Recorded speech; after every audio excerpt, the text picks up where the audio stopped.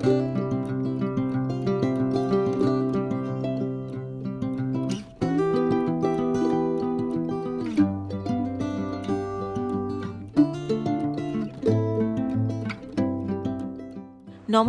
কেমন আছেন সবাই? আমি নন্দিনী আপনাদের সবাইকে আরও একবার স্বাগত জানাচ্ছি আমার চ্যানেলে আমার আরেকটা নতুন ভিডিওতে।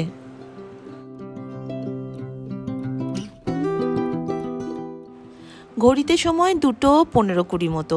রাই স্কুল থেকে চলে এসেছে আর এক ফোঁটা করে না বৃষ্টি পড়ছে আর ঠান্ডাটা বড্ড জোরালো, হাত পা একদম চলছে না।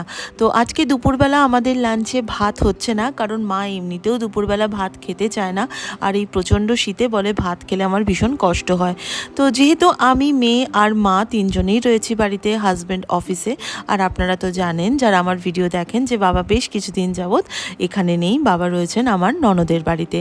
তো সেই জন্য ভাতটা আর আজকে করিনি। তো আজকে ভাবলাম যে একটু অন্য রকমভাবে লাঞ্চ যদি করা যায়, তো তার জন্যই আজকে আমি একটু বানিয়ে নিয়েছিলাম ইডলি। তবে একদম প্লেন ইডলি নয়, তার মধ্যে কিছু ভেজিটেবল অ্যাড করেছিলাম। যেহেতু কালকে প্রজাতন্ত্র দিবস, তো আজকে মনে হলো যে একটুখানি তিরঙ্গা ইডলি বানাই, তো সেটাই আপনাদের সাথে আজকে একটু শেয়ার করছি। তো গাজরটাকে ছালটা ছাড়িয়ে নিয়ে আমি একটু ক্রাশ করে নিয়েছি, তার সাথে একটু ক্যাপসিকাম নিয়েছি, আর মেয়েকে স্কুলে আনতে যাওয়ার আগেই আমি সুজিটাকে টক দইয়ের মধ্যে সোক করে রেখে গেছিলাম। একটা বাটিতে প্রায় 1.5 কাপ মতো ইডলি, 1 কাপ মতো টক দই আর 1 কাপ মতো জল, তার সাথে সামান্য একটু নুন, এইটা দিয়ে আমি সুজিটাকে সোক করে রেখে গেছিলাম। ইডলি সাধারণত চাল আর ডালের মিক্স থেকে বানানো হয়, আমি বরাবরই সেরকম বানাই, কিন্তু এটা হচ্ছে একদম ইনস্ট্যান্ট ইডলি। তো আপনারাও যদি কখনো এরকম বাড়িতে ইনস্ট্যান্ট ইডলি খাওয়ার ইচ্ছে হয়, তো চাল ডাল হয়তো বাটা নেই, ফার্মেন্ট করার ব্যাপার নেই, তো তখন এইরকমভাবে কিন্তু চটজলদি বানিয়ে নিতে পারেন। এটা শুধুমাত্র লাঞ্চ, ব্রেকফাস্ট নয়, ডিনারেও খেতে পারেন, স্ন্যাক্স হিসাবেও খেতে পারেন। তো এই ব্যাটারটার মধ্যে আমি একটুখানি ঘি গরম করে তার মধ্যে কাজুটাকে হালকা ফ্রাই করে এটার সাথে অ্যাড করে দিয়েছি। যখন কাজুটা ইডলি খাওয়ার সময় খাবো, তখন একটু সামান্য ফ্রাই করার যে ফ্লেভারটা, এটা কিন্তু খুব ভালো লাগে। আপনারা চাইলে এর মধ্যে কারি পাতাটাকেও ফ্রাই করে দিতে পারেন, সেটাও কিন্তু খেতে খুব ভালো লাগে। আর এরপর এর মধ্যে অ্যাড করে নিচ্ছি একটুখানি খাবার সোডা, আর যেটা ইনো, যেটা একদম যেটা নর্মাল, মানে যেটার সাথে কোনো লেমন বা অন্য কিছুর ফ্লেভার নেই, সেই রকম ইনো এর সাথে একটুখানি অ্যাড করে নিতে হবে।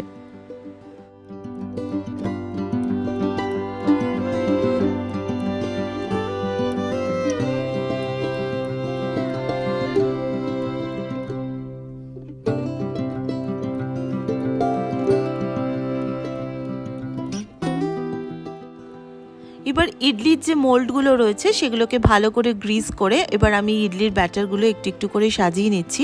এখানে 2 রকমের মোল্ড ইউজ করেছি, একটা স্টিলের যেটা ইডলি মেকারের, আর একটা মাইক্রোওয়েভের মধ্যে যেটা ইউজ হয় সেই রকম ইডলি যে মোল্ড, সেটা মাইক্রোওয়েভে করব না, আমি এটাকে গ্যাসেই করব। এবারে যে একটা বড় পাত্র আছে, সেই বড় পাত্রের মধ্যে একটুখানি জল গরম করতে দিয়েছি, আর মাইক্রোওয়েভেনের যে ইডলি মোল্ডগুলো সেইগুলোকে যখন আমি প্লেস করব, তার জন্য তলায় একটা বাটি দিয়ে দিয়েছি জল ভর্তি করে, তার উপরে এই মাইক্রোপ্রুফ যে ইডলি মোল্ড সেগুলো দিয়ে দিলাম।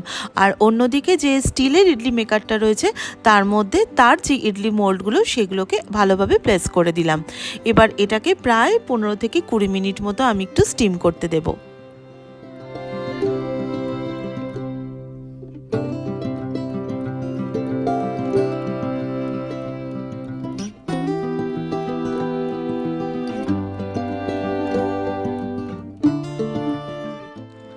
15 থেকে 20 মিনিট হয়ে গেছে, গ্যাসটাকেও আমি অফ করে দিয়েছি। এবারে এই যে ইডলি মোল্ডগুলোকে সেগুলো একটু নামিয়ে একটু ঠান্ডা হতে দেব, আর একটা চামচের সাহায্যে আলতো আলতো করে এগুলোকে তুলে নেব।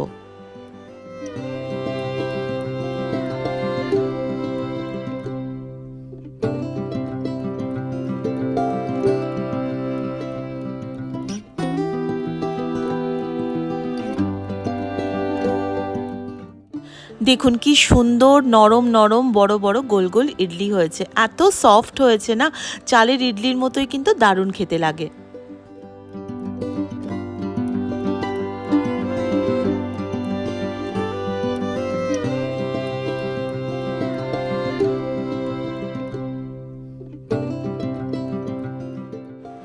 এইবার সার্ভ করে দিচ্ছি ইডলিগুলো।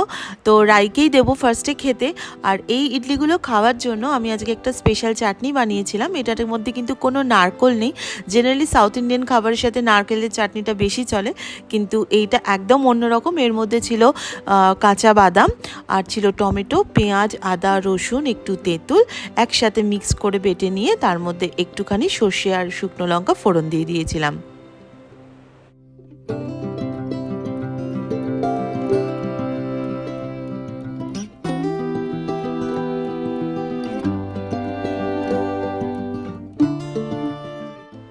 খাওয়া দাওয়ার পরে রাই একটুখানি পড়তে বসেছিল, ও একটু রিভাইজ করছিল কারণ সন্ধ্যাবেলায় পড়তে যাবে বলে। আর আমি ওর পাশে একটুখানি কম্বল গায়ে দিয়ে শুয়ে পড়েছিলাম কারণ এত ঠান্ডা আর পারছিলাম না। তো তারপরে উঠে ওকে নিয়ে আমি টিউশনে দিতে গেছিলাম।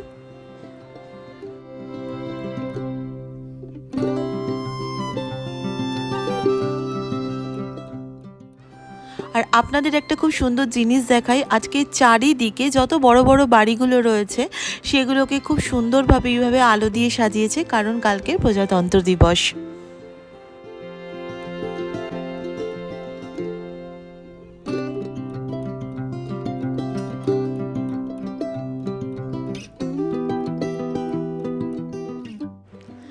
রাইকে পড়তে দিয়ে চলে এলাম, আর ফিরে এসে মা বলছে চাটা করবি না? বললাম হ্যাঁ এক্ষুনি চা করব।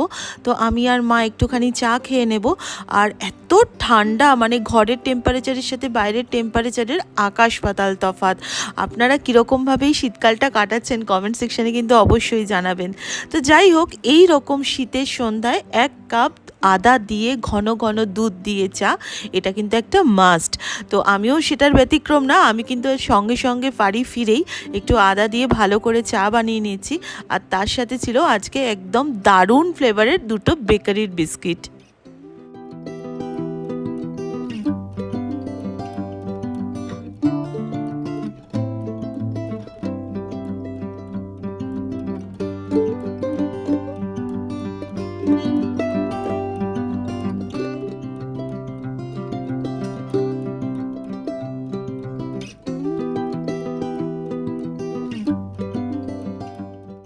তো চাটা খেয়ে আমি তারপরে রাইকে টিউশন থেকে আনতে গেছিলাম। আর ফেরার পথে রাই একটুখানি পেস্ট্রি কিনলো। তো সেটা পেস্ট্রি কেনার জন্য ও দোকানের ভেতর থেকে গিয়ে ও বলছিল কোনটা কিনবে না কিনবে। তো আমি বললাম তুই যেটা নিজে চুজ করবি তুই সেটাই কেন, আমি বাইরে দাঁড়িয়ে আছি। তো যাই হোক, ও পেস্ট্রি কিনলো। তারপর পেস্ট্রি কিনে আমরা বাড়ি চলে আসলাম।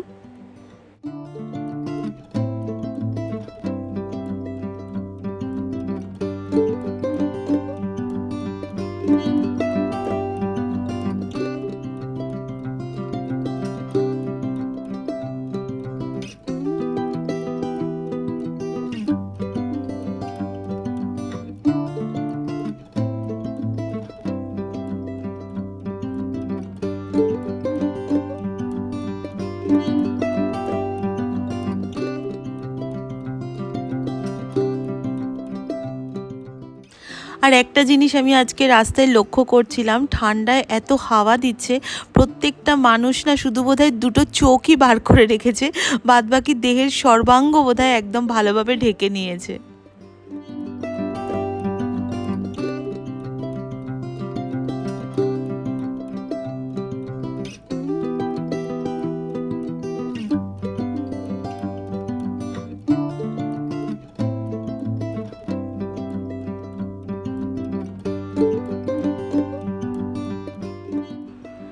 ফিরে এসে রাইকে দুধটা তৈরি করে দিচ্ছি। রাই দুধ খাবে আর তার সাথে পেস্ট্রিটা খাবে, আর তারপরে বসে আমরা একটুখানি কথা টথা বলবো।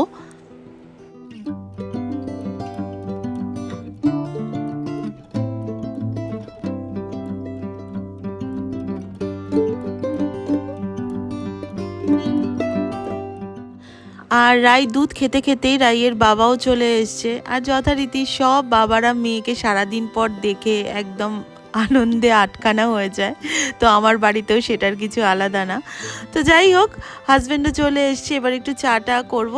আর আজকের ভিডিওটা তাহলে আজ আমি এখানেই শেষ করছি। তাহলে আপনাদের সাথে দেখা হবে আগামী একটা ব্লগে, আরও একটা দিনের গল্প নিয়ে আসবো। আর কালকের প্রজাতন্ত্র দিবস, সবাই খুব ভালোভাবে দিনটি উদযাপন করবেন। দেখা হবে নেক্সট ব্লগে। ততক্ষণ টেক কেয়ার, শুভরাত্রি।